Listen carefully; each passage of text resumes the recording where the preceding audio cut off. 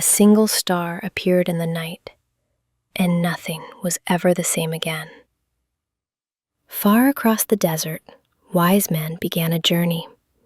In the Jordan River, heaven opened in silence.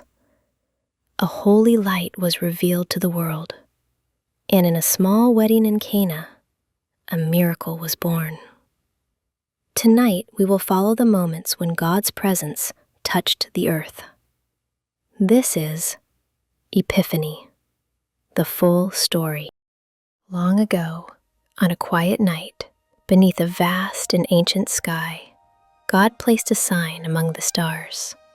One star shone brighter than all the others. It did not flicker or fade. It stood steady, as if it were calling to the world. Far away in the east, 3 wise men watched the heavens. They studied the stars carefully, as they had done all their lives. But this star was different. They understood its meaning at once. Ancient writings spoke of a king who would be born, a king not crowned by men, but chosen by God, a king whose coming would change the world. So the wise men prepared for a journey. They gathered precious gifts, gold, frankincense, and myrrh, gifts worthy of a king. Then, at dawn, they set out across deserts and distant lands, following the light in the sky. Night after night, the star guided them forward. Through silence and sand, through cold nights and burning days, the light never left them. At last, their journey brought them to Jerusalem. There, they asked the people, "Where is the child who has been born king?" Their question reached the palace of King Herod. He listened carefully, hiding his fear behind polite words and a royal smile. "Go and search carefully for the child," he said, "and when you find him, come and tell me." The wise men left the palace, but they did not trust the king. They trusted the star. Once again, the light appeared in the sky. It led them onward, away from the city, until it stopped above a small and humble home in Bethlehem. Love the story so far? Show some love with a like, comment, or subscribe. The wise men were filled with great joy.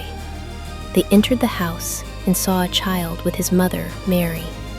Nothing about the place looked grand, yet peace filled the room. They knelt down and worshipped him. Then they opened their gifts: gold, honoring a king; frankincense, honoring one sent by God; and myrrh, a gift of sacrifice. That night, God warned the wise men in a dream not to return to Herod.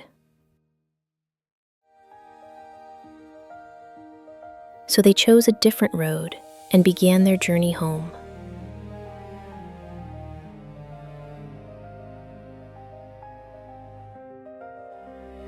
Mary watched quietly, holding these moments deep in her heart.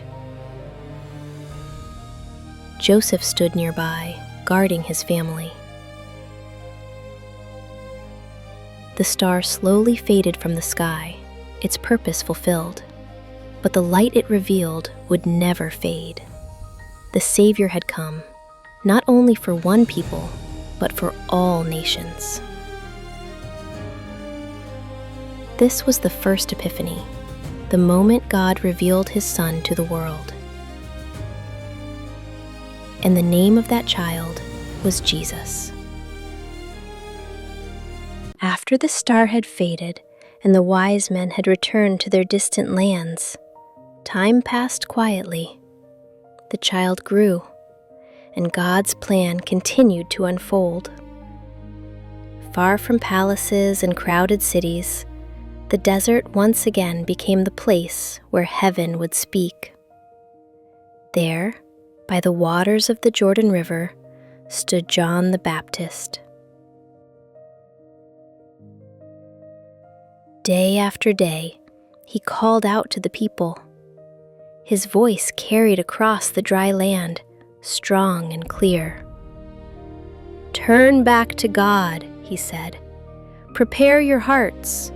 The kingdom of heaven is near." People came from everywhere. They left behind their fears, their mistakes, their heavy burdens. They stepped into the river, and John baptized them as a sign that something new could begin. But deep in his heart, John knew he was only preparing the way. The one he had spoken about was still to come. Then, one quiet morning, everything changed. As the river shimmered under the light of the rising sun, a man approached along the dusty path. He walked calmly, with no sign of power or glory, yet peace seemed to surround him. It was Jesus. The moment John saw him, his spirit trembled. He understood the truth at once. "This is the one," he thought, "the one I have been waiting for." Jesus stepped toward the water, and John felt unworthy to stand before him. "I am not worthy to baptize you," John said softly. "I need you to baptize me." But Jesus answered with gentle authority and love. "This must be done," he said. "This is God's will." Love the story so far? Show some love with a like, comment, or subscribe. Together, they stepped into the Jordan River. The water flowed quietly around them. The crowds fell silent. As John baptized Jesus, the world seemed to hold its breath.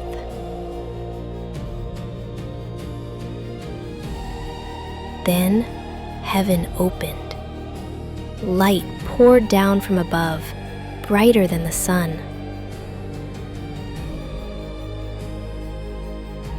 The Spirit of God descended like a dove and rested upon Jesus. And a voice came from heaven, powerful and full of love. "This is my beloved Son. With him I am well pleased." Oh my. Hey, look, What is it? the river. The people watched in awe. They knew they were witnessing a holy moment. The moment when God revealed his Son to the world. John looked at Jesus and pointed toward him. "Behold," he said, "the Lamb of God." From that day on, everything was different. Jesus stepped out of the river and walked toward his destiny. A journey that would bring light to the darkness, healing to the broken, and hope to all people. John watched him go, his mission complete. This is the second Epiphany, the moment when heaven and earth met at the waters of the Jordan. The moment when God revealed his Son, not by a star in the sky, but by his own voice from heaven.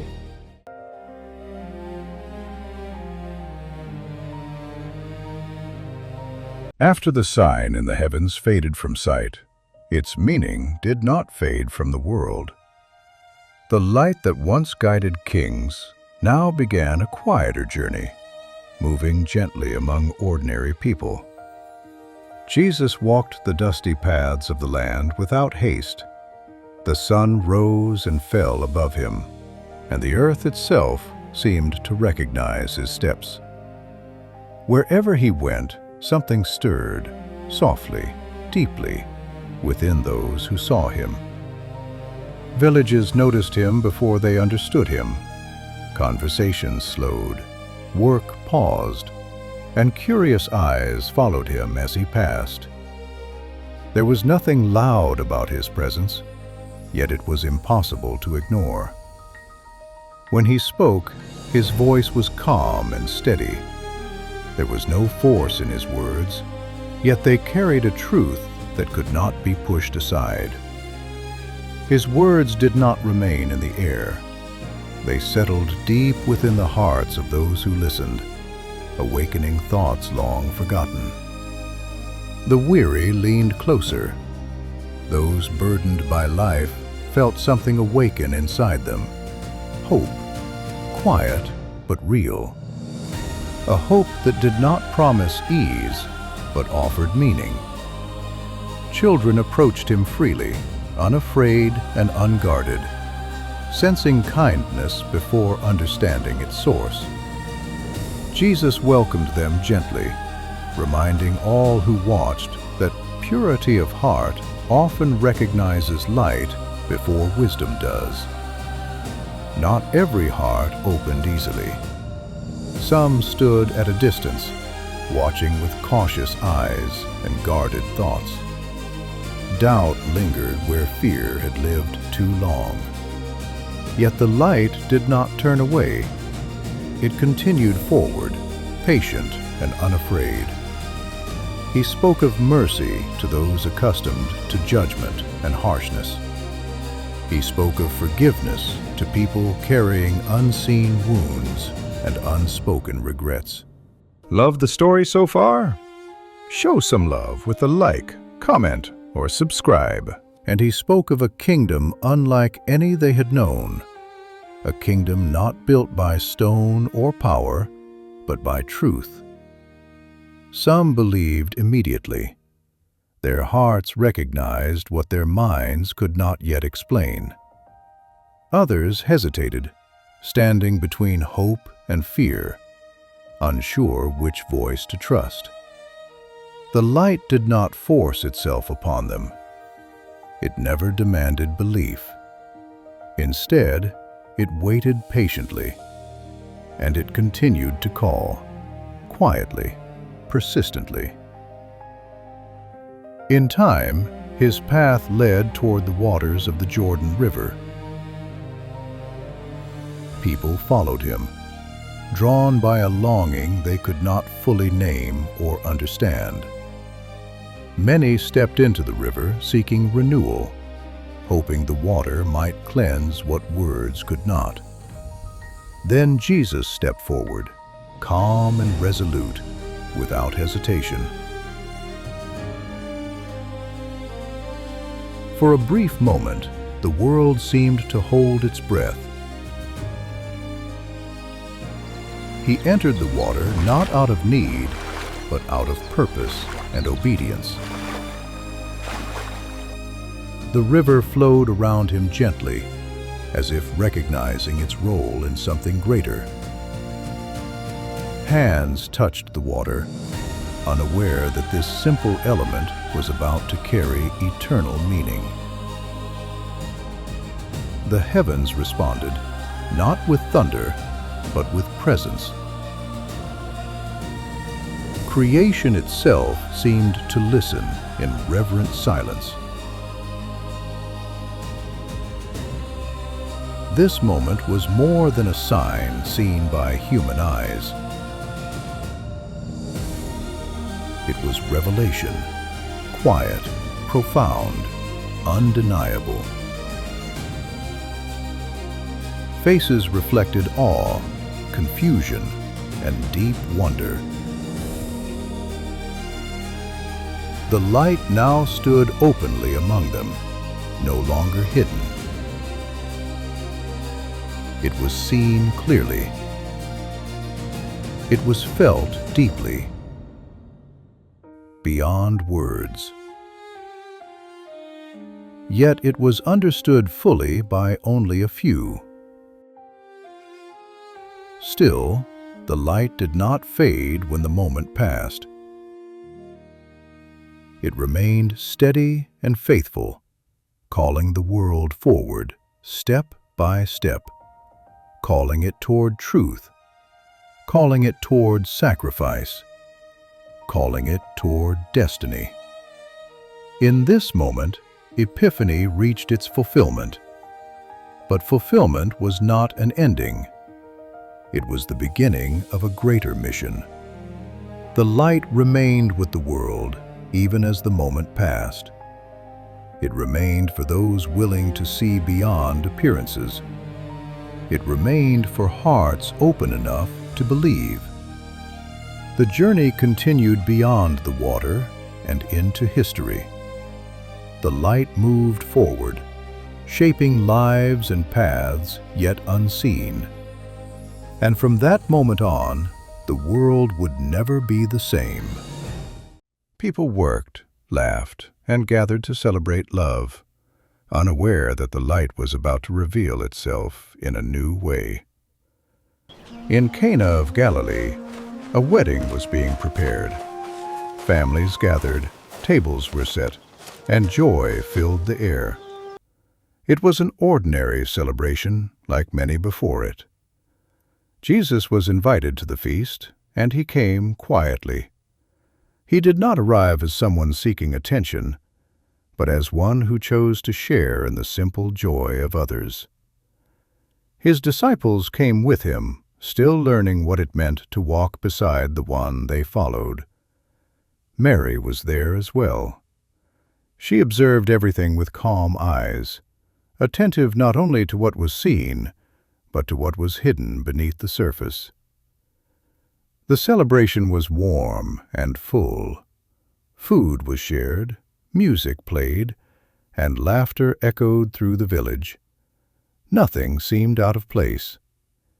Yet behind the joy, a quiet concern began to grow. The wine was gone.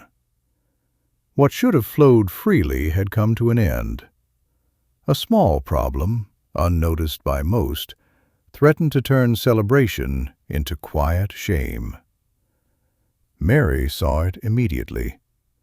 She did not speak to the crowd. She did not draw attention.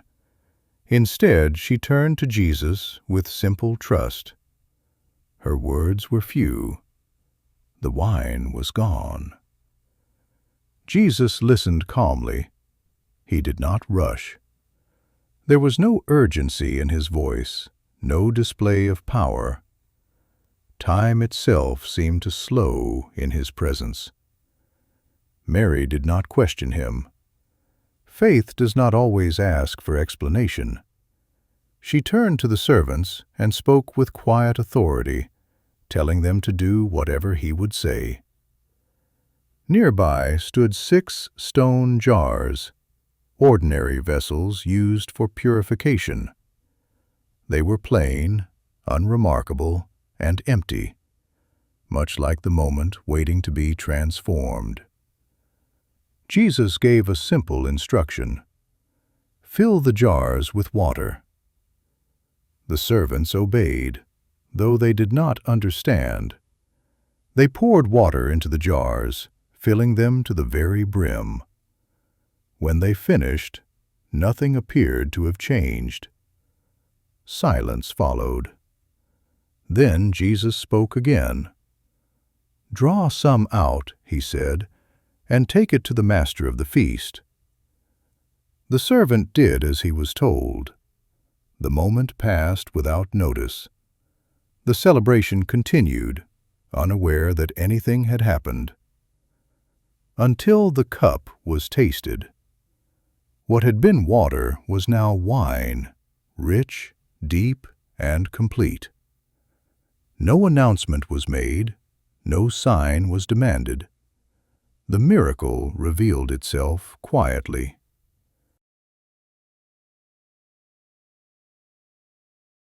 The master of the feast was astonished. The best wine had been saved for last. Joy returned to the celebration, deeper and fuller than before. Most never knew what had happened. The crowd rejoiced without understanding the source of their joy. But the servants knew, and the disciples saw. This was the first sign, not performed to draw attention, not meant to impress, but to reveal. Jesus remained unnoticed, content to let the moment belong to others. His disciples watched him with new understanding, and their faith began to grow. As evening fell, the celebration slowly came to an end. Jesus prepared to leave. The village returned to its quiet ways, unaware that it had just witnessed the beginning of something far greater. The sign had been given. The journey would continue. More signs would follow, but this one would not be forgotten. From water to wine, from ordinary to transformed, the light had begun to work through signs, and the world was already changing. If this story touched your heart, join us for more beautiful animated Bible stories.